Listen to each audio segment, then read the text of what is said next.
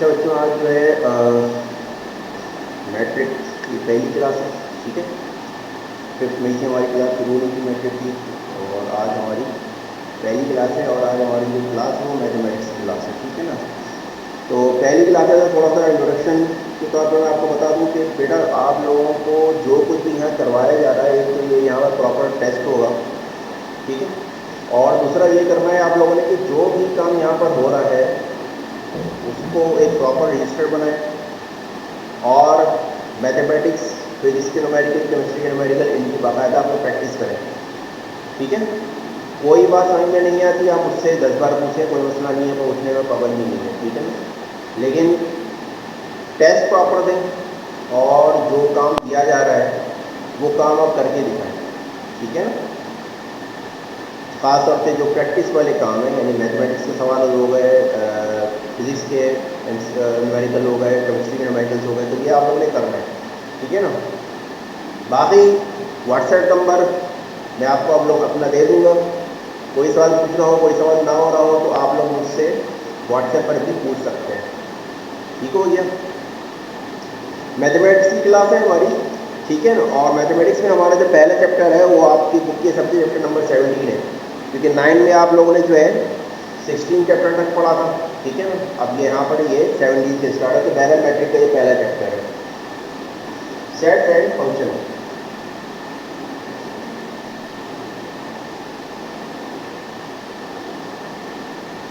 Sets and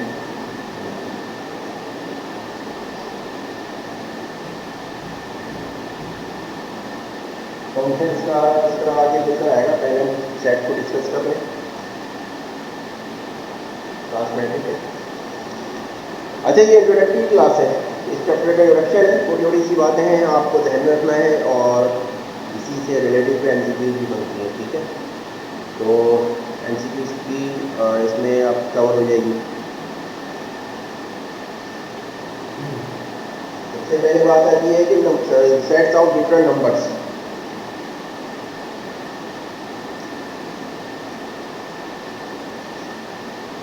sets of numbers.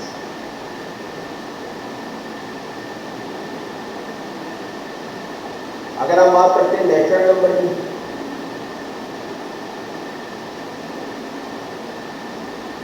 Natural number, ठीक है,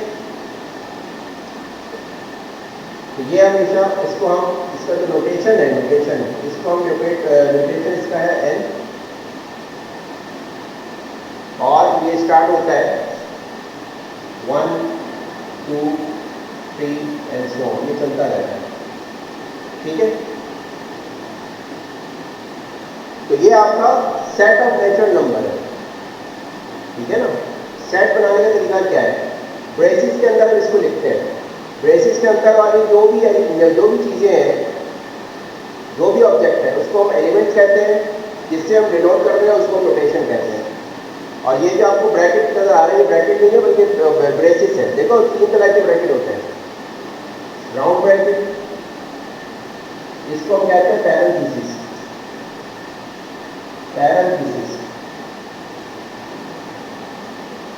फिर होता है कर्ली ब्रैकेट, इसको हम कहते हैं ब्रेसिस, ठीक है। और ये जो आपका स्क्वायर होता है, स्क्वायर ब्रैकेट, इसको हम ब्रैकेट कहते हैं, ठीक है। तो पैरेंथेसिस, ब्रेसिस और ब्रैकेट, जो सेट बनता है वो हमेशा ब्रेसिस के अंदर बनता है, ठीक है।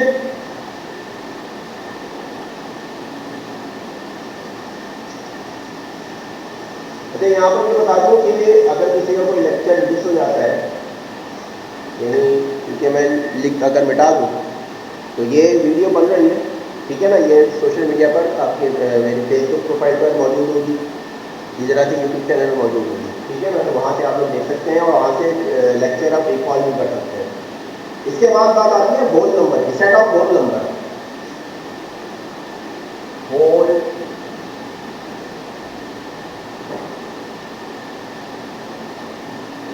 नंबर, इसका नोटेशन W से नोटेट राइट करते हैं इसको, और ये बेसिकली शुरू होता है 0 से, बाकी ठीक हो गया। ये आपका होल नंबर हो गया, सेट ऑफ होल नंबर, ठीक हो गया। देन फिर आता है इसके अंदर सेट ऑफ इंटीजर्स।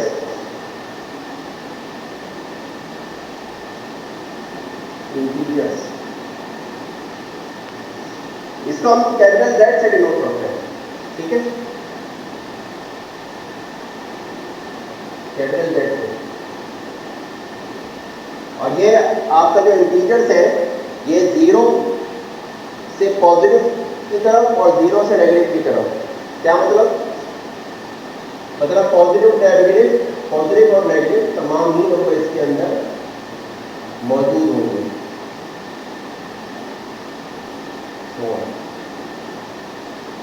ठीक हो गया, ये आपका सेट ऑफ इंटीजर्स है, ठीक है।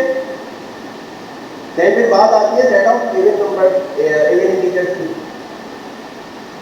Even integers, even integers basically वो नंबर होते हैं जो इवन नंबर से डिवाइड होते हैं, ठीक है ना। जैसे अच्छा इसको डिनोट करते हैं कैपिटल E से,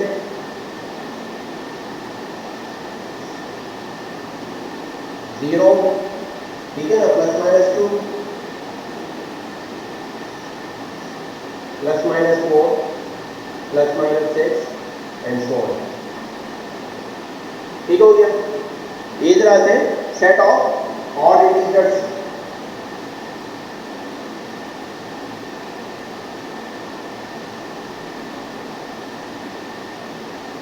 कैपिटल O से हम इंटीग्रेट करते हैं इसको, और ये आपका 0 नहीं होगा, ये 1 से स्टार्ट होता है, ठीक है ना। +-1, +-3, +-5 एंड सो ऑन। ये आपका सेट ऑफ ऑड इंटीजर्स होगा, ठीक है।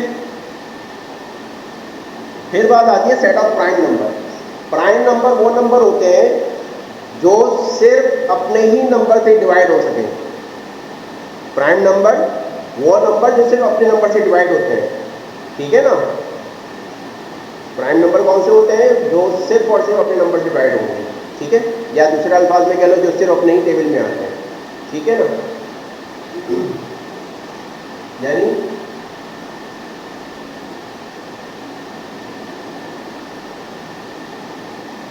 इसको हम कैपिटल P से डिनोट करते हैं।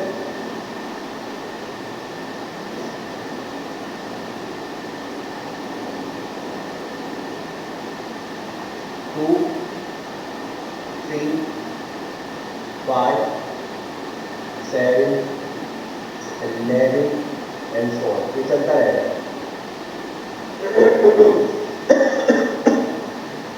ठीक हो गया। अच्छा इसके अंदर एक और का इजाफा कर दूँ, सवाल में आपने आपकी एक्सरसाइज 17.1 में पूछा गया है composite number, set of composite number पूछा है और लेस देन 11। कंपोजिट नंबर क्या होते हैं वो मैं आपको बता देता हूँ। कंपोजिट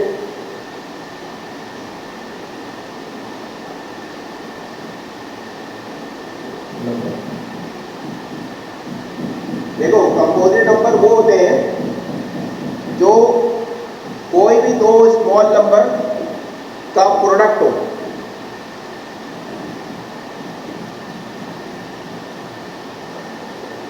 मैं इसमें अब डेफिनेशन लिख देता हूं, बाय मल्टीप्लाइंग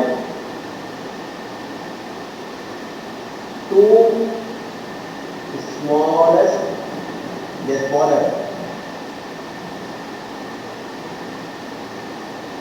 integers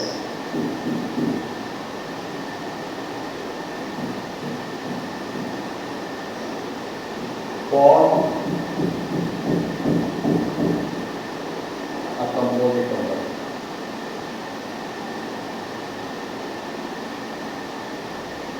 जैसे 2 into 2 ये 4 होता है, जैसे कि 2 into 3 ये 6 होता है, तो 4, 6 ये आपका कंपोजिट नंबर है। दूसरे अल्फाज में आप ये कह सकते हो कि वो नंबर जो अपने टेबल के अलावा दूसरे टेबल में भी आते हो, जैसे कि 3 इंटू 3 9, ठीक है ना, तो 9 अपने टेबल में भी आता है, लेकिन 9 3 के टेबल में भी आता है, ठीक है। 6 अपने टेबल में भी आता है और 6 3 के टेबल में भी आता है और 2 के टेबल में भी आता है, ठीक है। ये कहलाता है कंपोजिट नंबर।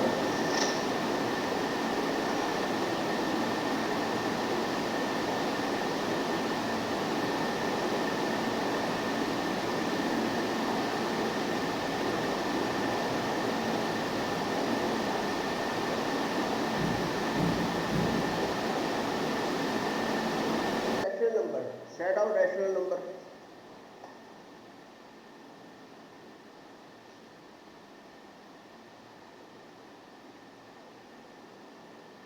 तो देखो रैशनल नंबर वो नंबर होते हैं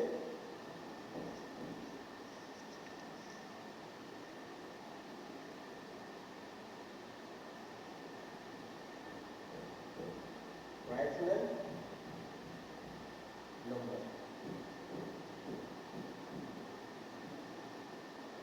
इसको हम कैपिटल की दूसरे लेवल पर न्यूमरेट करते हैं, ठीक है। रैशनल नंबर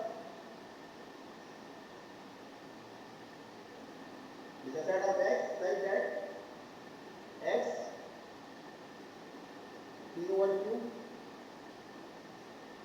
ठीक है ना, और जहां पर p और q जो है बिलोंग्स करेगा इंटीजर, ठीक है ना, and q not equal to 0। देखो क्या फर्क है। अच्छा एक और पहले बात कर लेते हैं रैशनल नंबर की, फिर मैं आपको समझाता हूँ। देखो रैशनल नंबर इसके हम 2 डैश से रोटेट करते हैं, ठीक है।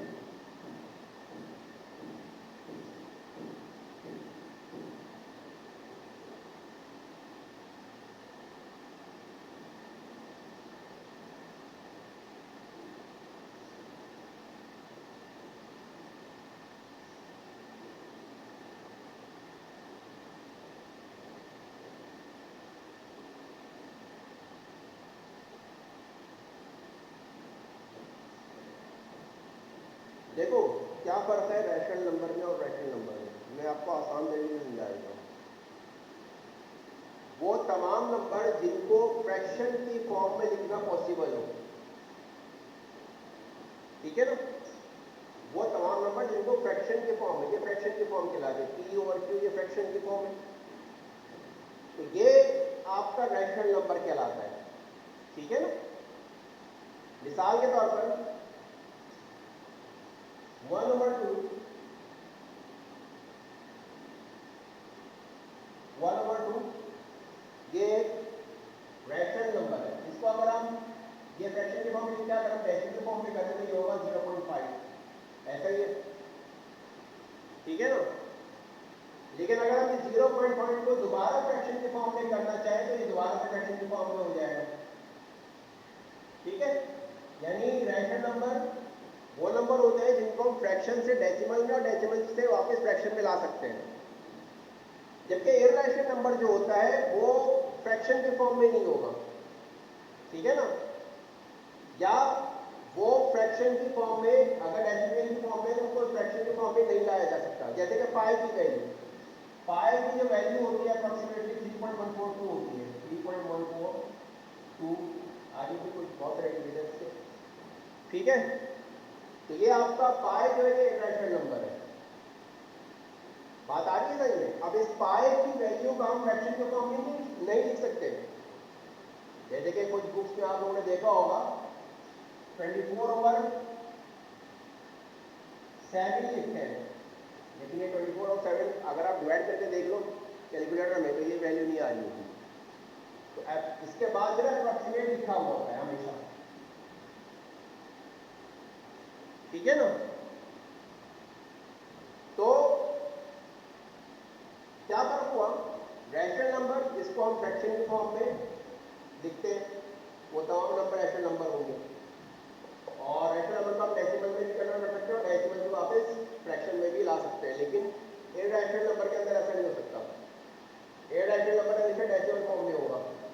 हम फ्रैक्शन की फॉर्म में नहीं ला सकते। ठीक हो गया, ये फर्क है। फिर बात आती है रियल नंबर की। रियल नंबर जो है ना इन दोनों का कंबाइन होता है, रियल नंबर। इसको हम यूनिट करते हैं कैपिटल आर से, डेनोटेट करते हैं कैपिटल आर से। ठीक है ना, यूनियन होता है रियल नंबर जो है, यूनियन होता है किसका, रैशनल नंबर का इरेशनल नंबर का। ठीक हो गया, कोई मसला है यहाँ पर, नोट कर लो इसको या स्क्रीनशॉट ले लो इसकी, फिर मैं आगे बढ़ता हूँ।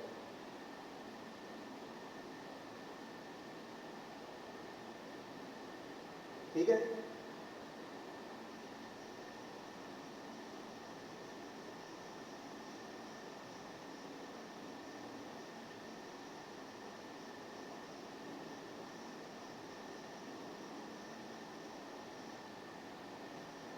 अब बात करते हैं हम टाइप्स ऑफ सेट्स। ठीक है ना, और types of sets and representation of set. Representation को हम बाद में डिस्कस करेंगे, वरना वीडियो काफ़ी लंबी हो जाएगी और क्लास भी लंबी हो जाएगी। ठीक है ना, तो हम इसको टाइप्स तक ही महदूद रखते हैं। मैं चाह रहा हूँ आज इंट्रोडक्शन हो जाए। ठीक है ना, बाकी रिप्रेजेंटेशन मैं आपको उसी वक्त समझा दूँगा जब क्लास हो रही होगी। ठीक है, यानी जब हम एक्सरसाइज सॉल्व करेंगे।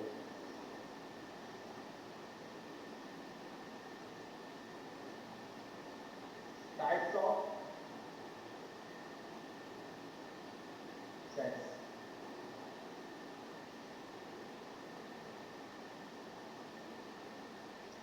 टाइप्स ऑफ सेट्स के अंदर हम सबसे पहले पढ़ेंगे एम्प्टी सेट, जिसको हम नल सेट भी कहते हैं। ठीक है,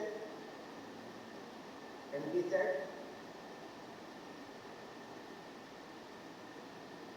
एम्प्टी और नल सेट।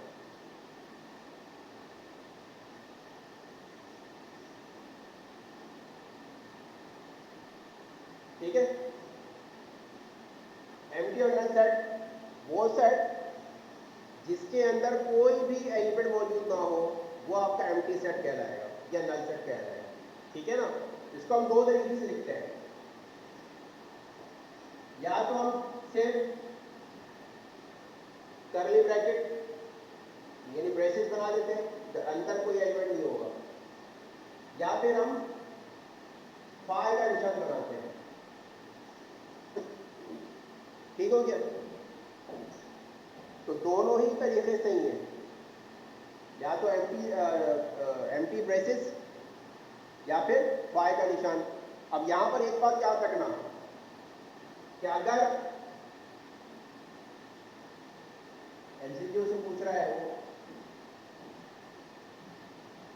कि ये कौन सा सेट है, तो याद रखो ये एम्प्टी सेट नहीं है।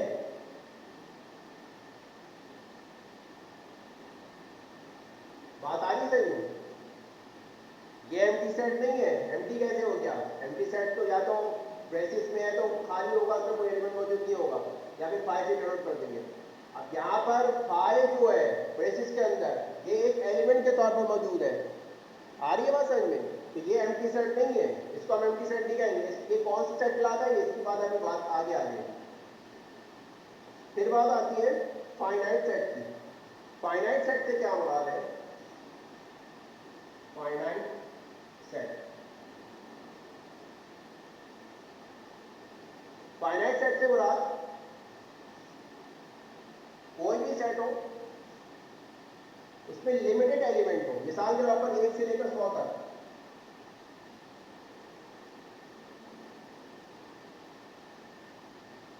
ये आपका फाइनाइट सेट एलिमेंट है, तो सेट है, फाइनाइट सेट है, यानी 1 से लेकर 100 तक एलिमेंट मौजूद है बस।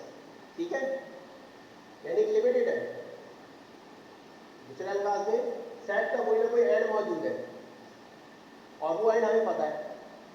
ठीक है, फिर बात आती है इनफाइनाइट सेट की।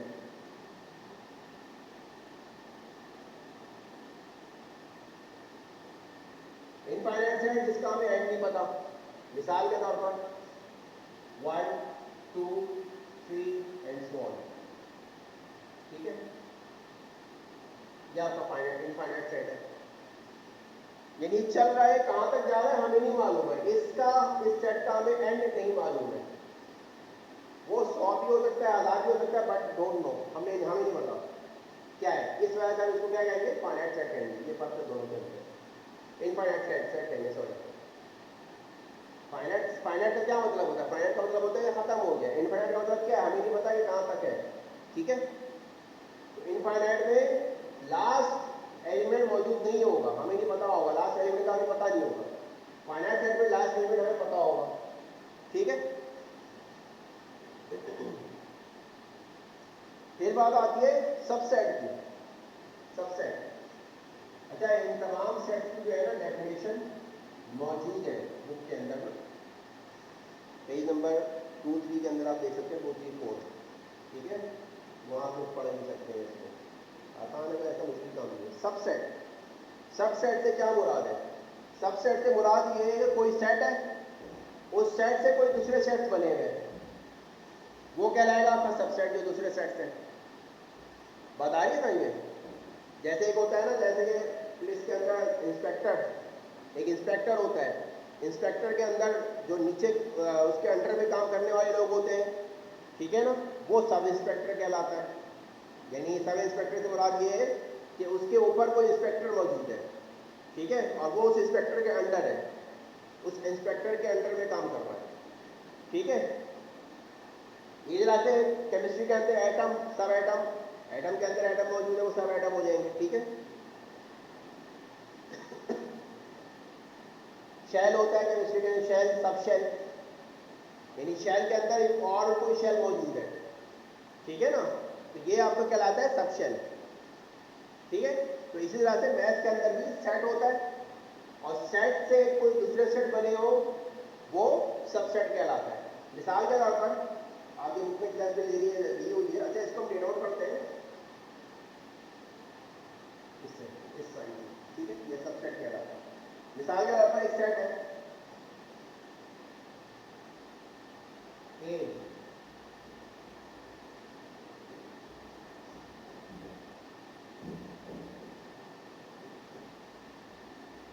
ठीक हो गया, और एक सेट है बी।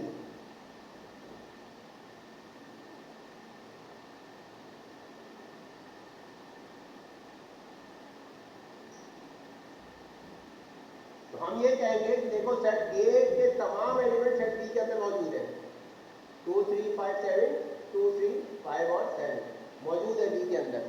तो क्या कहेंगे हम कि A is the subset of B, A is the subset of B, ठीक हो गया।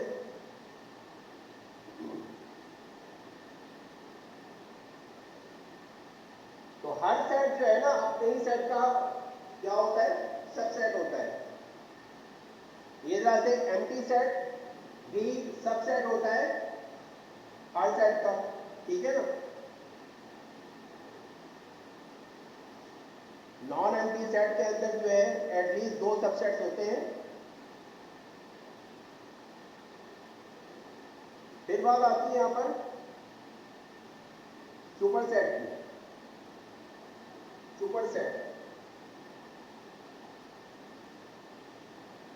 जिसको हम यूनिवर्सल सेट भी कहते हैं,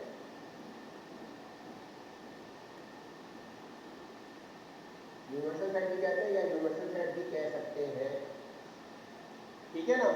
तो इस वाली एग्जाम्पल के अंदर यूनिवर्सल सेट या सुपर सेट किसको कहेंगे, जिसके अंदर तमाम एलिमेंट्स मौजूद हो, या दूसरे अल्फाज में अगर मैं समझाना चाहूँ कि जितने भी सेट्स हैं उन तमाम सेट्स के तमाम एलिमेंट्स किसी एक सेट के अंदर मौजूद है, तो वो जो सेट कहलाएगा ना वो आपको सुपर सेट कहलाएगा या यूनिवर्सल सेट कहलाएगा। मिसाल के तौर पर अगर हम ऊपर वाले एग्जाम्पल की बात करते हैं तो हम यहाँ पर ये कह सकते हैं, इसको हम डिनोट करते हैं रिजल्ट, इसका साइन उल्टा कर देते हैं, जैसे सुपर सबसेट का साइन उल्टा कर देते हैं, तो हम ये कह सकते हैं D is the super subset of super set of A, ठीक हो गया।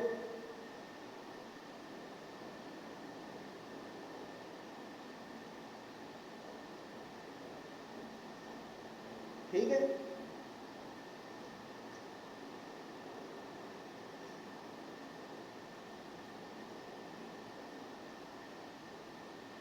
फिर बात आती है इक्वल सेट की, मिटा दूंगा इसको, तस्वीर खींच लो इसकी।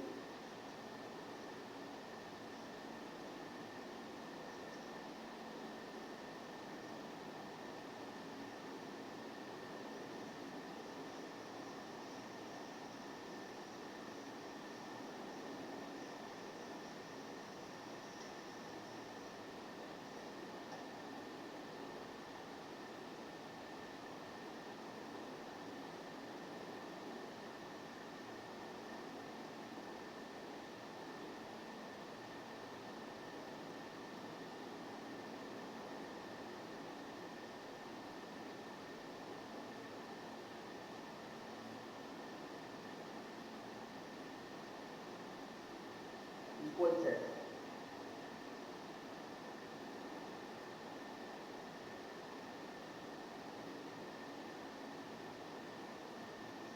इक्वल सेट क्या होता है? दो सेट मिसाल के तौर पर उनका ऑर्डर सेम है, ठीक है। मिसाल के तौर पर मैं अगर इसको एग्जाम्पल से समझाऊं, एक सेट है ए 1 3 5 7, ठीक हो गया। और एक सेट है बी 1 3 5 7। हम ये कहेंगे कि A is equal to B, set A जो है सेट बी के इक्वल है, एलिमेंट भी सेम है और ऑर्डर भी सेम है। अगर एलिमेंट सेम हो, ऑर्डर भी सेम हो, तो वो आपका इक्वल सेट कहलाता है।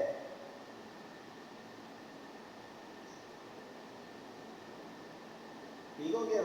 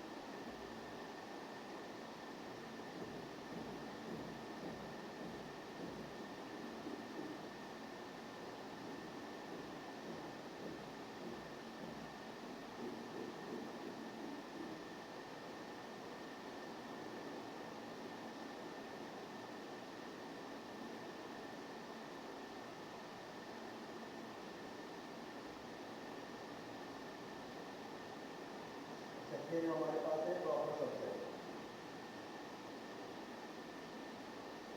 प्रॉपर सबसेट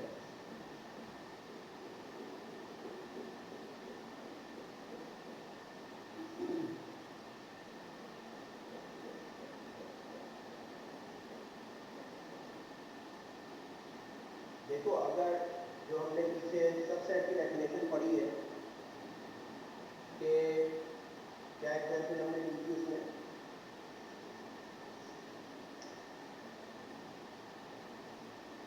अगर सेट ए जो है हमारा क्या था, 1 3 5 7, और सेट बी है 1 2 3 4 5 6 7, ठीक हो गया। हमने वहां पर क्या कहा था कि ए जो है सबसेट है किसका, बी का, ठीक है ना, ठीक है। इसकी प्रॉपर डेफिनेशन ये होगी कि A is the proper subset of B, A जो है प्रॉपर सबसेट है बी का, ठीक है ना।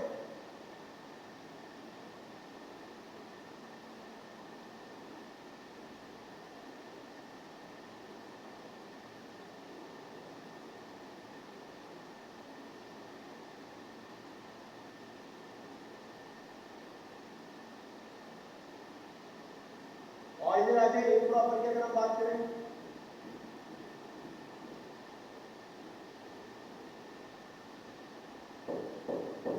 इम्प्रॉपर सबसेट अगर बी के तमाम एलिमेंट ए में या ए के तमाम एलिमेंट बी में मौजूद है, ठीक है, वो इम्प्रॉपर सबसेट कहलाएगा। सही हो गया।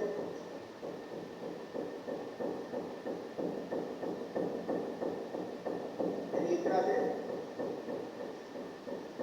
ये जो आपका इक्वल सेट है ये आपका इम्प्रॉपर सबसेट ही है, ठीक है ना।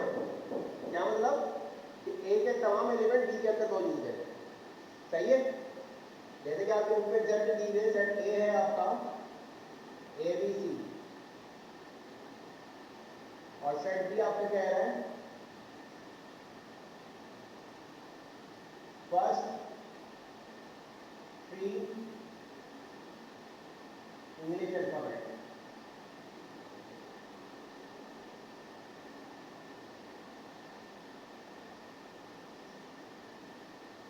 First 3 English alphabets. तो यहां पर देखो ए और बी बराबर हो गया, तो ये आपका इम्प्रॉपर सबसेट कहलाएगा। ठीक है।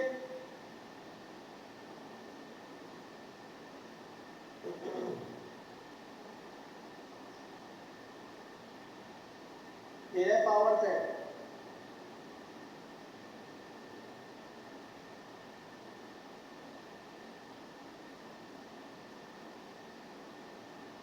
पावर सेट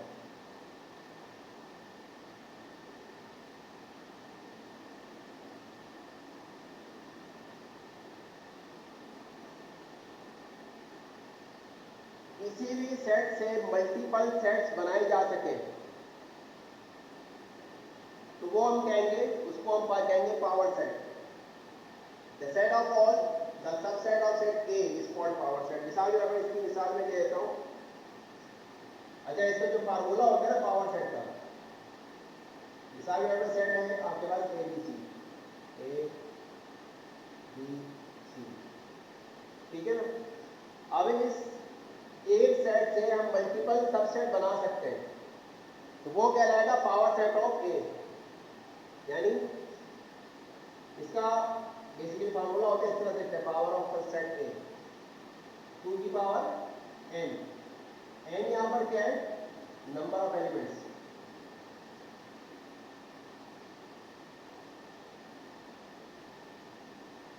ठीक है।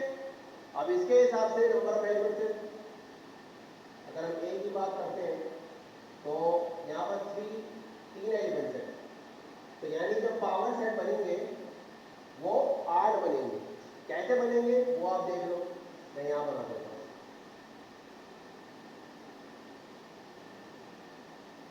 सबसे पहले आप रखोगे नल सेट यानी एम्प्टी सेट, फिर तीनों एलिमेंट को अलग अलग लिख लो सेट के अंदर।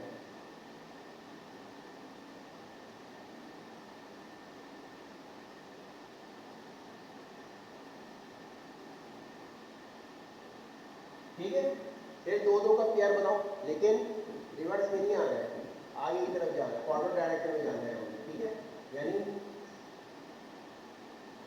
ए बी और ए सी,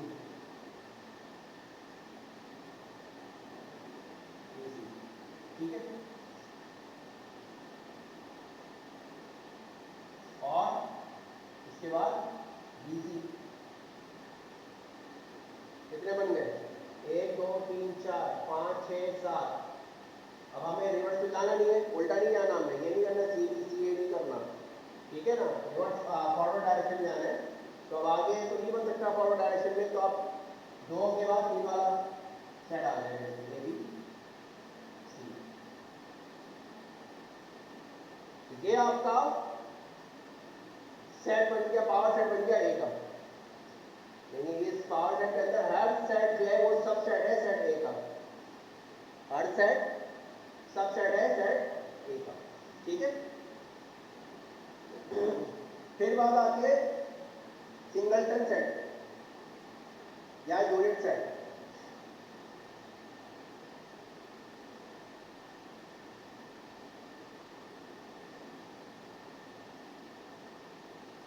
ठीक हो गया। सिंगलटन सेट वो सेट होता है जिसके अंदर सिर्फ एक ही एलिमेंट हो, ठीक है। जैसे कि मैंने मिसाल के तौर पर दैट इज ये सिंगलटन सेट है। जैसे कि मैंने शुरू में नल सेट की मिसाल दी थी, ये सिंगलटन सेट है। ये नल सेट नहीं है, ये सिंगलटन सेट है, सही है ना। नल सेट में सेट कोई एलिमेंट नहीं होता, खाली होता है। ये सिंगलटन सेट है, ठीक है। तो एमसीक्यू से पूछता है और अक्सर मैंने देखा है कि बच्चे जो है उसको यूनिट उसमें सॉरी एम्प्टी सेट पर निशान लगाकर आ जाते हैं। तो ये एम्प्टी सेट नहीं है, सिंगलटन सेट है, ठीक है। तो ये आज का इंट्रोडक्टरी क्लास थी, ठीक है। कोई बात अगर समझ में ना आई हो तो आप मुझसे दोबारा पूछ सकते हैं, ठीक है ना। और कल फिर इसी टाइम पर इंशाल्लाह मैथ्स क्लास होगी, ठीक है। बाकी टाइम टेबल में आपको मिल गया होगा, ठीक है ना, या वह मैं आपको व्हाट्सएप कर दूँगा, ठीक है। तो मज़ीद कुछ पूछना हो तो आप लोग मुझसे पूछ सकते हैं, ठीक है। आज के लिए इतना ही, कल इंशाल्लाह आगे इसकी एक्सरसाइज करेंगे, ठीक हो गया। अल्लाह हाफिज़।